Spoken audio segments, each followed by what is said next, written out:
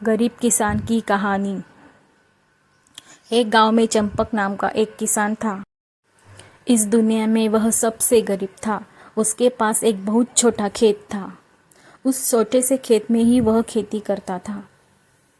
वह जैसे तैसे अपने खेत में काम करता और मजदूरी करके अपना घर चलाता।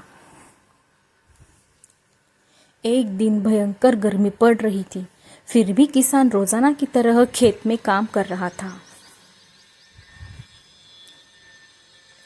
उसे बहुत पसीना हो रहा था, फिर भी वो खेत में हल चला रहा था। उस दौरान खेत में जुताई करते वक्त हल के नीचे से एक लकड़ी का बक्सा निकाला। उस किसान ने धीरे से बक्से को निकाला। वह कुछ समझ नहीं पाया कि इस बक्से में क्या है। केवल उसने बक्से को उठाकर खेत के बाहर मेड़ पर रखा दिया। उसने देखा कि यह बक्सा खाली है, तो उसने अपनी दोपहर की रोटियां उसमें रख दी और वापस अपना काम करने लगा। थोड़ी देर बाद दोपहर में जब खाना खाने आया तो उसने देखा कि बक्से में बहुत सारी रोटियां थी। उस किसान को बहुत आश्चर्य हुआ। किसान ने सोचा कि ये तो जादुई बक्सा है, उसमें जो भी चीज डालो वह कई गुना हो जाती है। जो भी वस्तु उस बक्से में डाल रहे थे वह कई गुना हो रही थी। उसने दोपहर का भोजन किया और फिर हल चलाने लगा। जब शाम को घर आया तो बक्से को अपने साथ ले आया। आज वह किसान बहुत खुश था, क्योंकि उसे लग रहा था कि शायद अब उसकी गरीबी दूर हो सकती है। वह गरीब किसान एक धैर्य वाला व्यक्ति था। कभी भी वो उस बक्से से जरूरत से ज्यादा सामान नहीं लेता था। कुछ दिनों बाद उस बक्से के बारे में गांव के जमींदार को पता चला। वह जमींदार एक लालची व्यक्ति था। उसने सोचा, मेरे जमींदारी में किसी भी जादुई वस्तु पर तो मेरा अधिकार होगा। जमींदार के कहने पर उसके आदमी उस किसान को पकड़कर ले आए। उस जमींदार ने किसको धमकाया और कहा कि तुम्हारा खेत मेरी जिम्मेदारी का हिस्सा है, इसीलिए उस बक्से पर मेरा अधिकार है। जमींदार की बात सुनकर किसान डरते हुए बोला,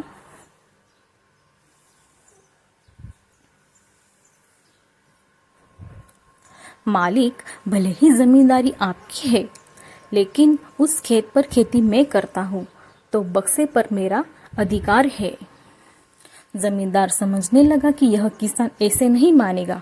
उसने किसान को धमकाया और उसके घर से बक्सा छीन लिया। किसान बेचारा रोता रह गया। बक्सा लेकर जमींदार खुश हो गया। जमींदार ने बक्से से बहुत सारी वस्तुएं हासिल कर ली और मजे कर रहा था। थोड़े दिन बाद कुछ लोगों ने जादुई बक्से के बारे में मंत्री जी को बता दिया। जमींदार ने बक्से से पहली बार तो मंत्री जी ने ध्यान नहीं दिया, लेकिन वापस कुछ दिनों बाद उन्होंने अपने एक आदमी को भेजकर बक्से की सच्चाई के बारे में पता करवाया। जब उस मंत्री जी के आदमी को बक्से की सच्चाई पता लग गई, तब उसने मंत्री जी को जाकर बताया। मंत्री जी ने तुरंत जमींदार को बुलाया और कहा, तुम्हारे पास जो बक्सा है वह तुरंत मुझे दे दो। जब उस मंत्री जी के आदमी को बक्से की सच्चाई पता लग गई, तब जमींदार ने मंत्री जी से हाथ जोड़कर निवेदन किया कि कृपया बक्से मेरे पास ही रहने दीजिए, उस पर मेरा अधिकार है। लेकिन मंत्री जी ने एक ही नहीं मानी और कहा कि यदि तुम मुझे नहीं दोगे तो मैं तुम्हारी जमींदारी समाप्त करवा दूंगा। जमींदार ने डरकर बक्सा सौंप दिया।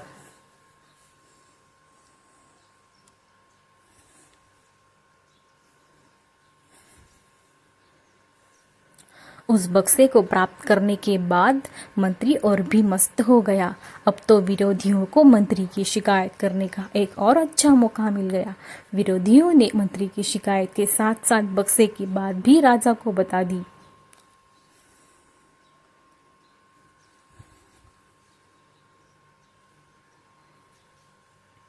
राजा को जब पता चला कि यह बक्सा किसी गरीब किसान के खेत से मिला है, तब राजा तुरंत अपने सेनापति के साथ मंत्री के घर गया और मंत्री से कहा, पूरे देश की जमीन पर राजा का अधिकार होता है, इसलिए उस बक्से पर मेरा अधिकार है।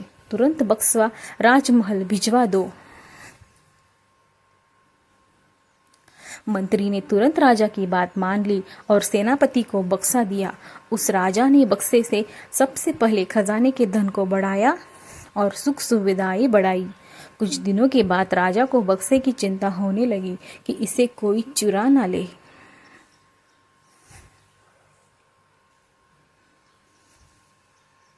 राजा उस बक्से को हमेशा अपने साथ रखने लगा। एक दिन राजा ने सोचा, इस बक्से में ऐसा क्या है, आखिर इसका रहस्य पता किया जाए। उस बक्से का रहस्य जानने के लिए राजा उस बक्से में बैठ गया। बाहर निकला तो उसके जैसे अनेक राजा बाहर आ गए। लोग नहीं पहचान पा रहे थे कि असली राजा कौन है। सभी राजा राज्य करने के लिए आपस में लड़ने लगे।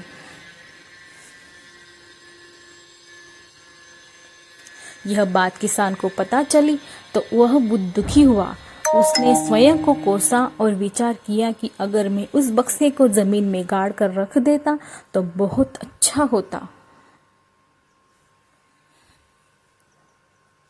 सारांश, आज के इस लेख हमने आपको एक गरीब किसान की कहानी बताई है।